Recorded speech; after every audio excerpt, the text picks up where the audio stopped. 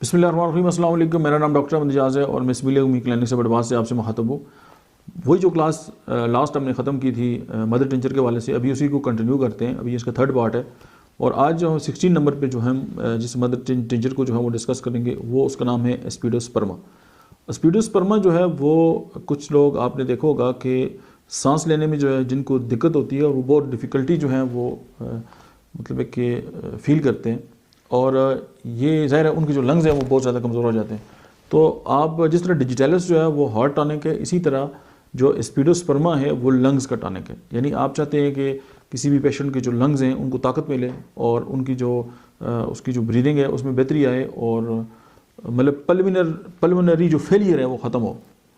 तो the medicine is in homeopathic mother tinctures that is aspidosperma, और ये increase करती है ऑक्सीडेशन को लंग्स के अंदर, और कार्डिक एंड यूरिमिक इस्तेमा अगर है तो उसमें भी ये इंडिकेटेड है। तो आप इसको जो है वो लंग्स का टॉनिक कह सकते हैं। और यहाँ पे जो है होम्योपैथिक एस्पिडोस्पर्मा जो है बतौर मदर टिंचर नीम गर्म पानी में कमाल के असरात रखता है। अच्छा, 17 जो नंबर पे हम जिस मदर टिंचर को डिस्कस करेंगे वो है बाल्सम पीरो, और ये ब्रोंकाइटिस में बहुत ज़्यादा इंडिकेटेड है और ये प्रमोट करता है एक्सपेक्ट्रेशन को, यानी जो एक्सपेल करना है मतलब स्पुटम को लंग से बाहर, तो ये इसका एक बहुत बेस्ट इफेक्ट है।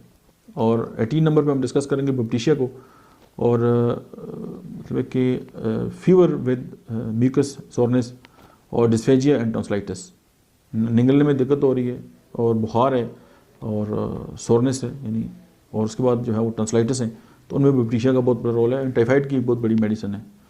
उसके बाद 19 नंबर पे है बैलेंस पर्स।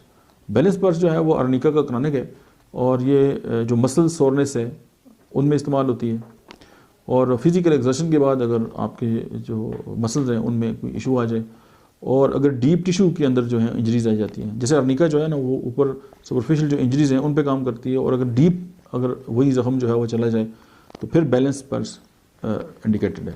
यानी आप ये कह सकते हैं कि जहाँ पे अर्निका जो है वो काम नहीं करती, हालांकि अर्निका बहुत बड़ी मेडिसिन है, लेकिन ये उससे अगले जो नेक्स्ट लेवल है उसकी जो है वो दवा है, तो हम इसको इसलिए कहते हैं कि अर्निका का ये क्रॉनिक है। 20 नंबर पे जिस दवा को हम डिस्कस करेंगे उसका नाम है बर्बस एक्फोलियम। ये एक तो ये कि एक्नी पे इसका बहुत बड़ा जो है वो रोल है और क्लियर करती है कम्प्लेक्शन को, और सोराइसिस में जो है वो ये 3 जो मोटी मोटी इंडिकेशन है उस पर जो है वो काम करती है।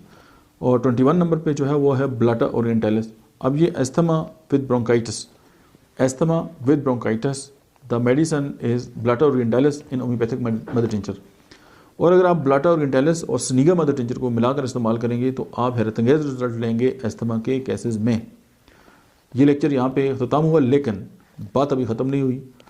अभी हम इंशाल्लाह जो फर्दर होम्योपैथिक मदर टिंचर्स हैं उनको नेक्स्ट जो लेक्चर है उसमें एड्रेस करेंगे।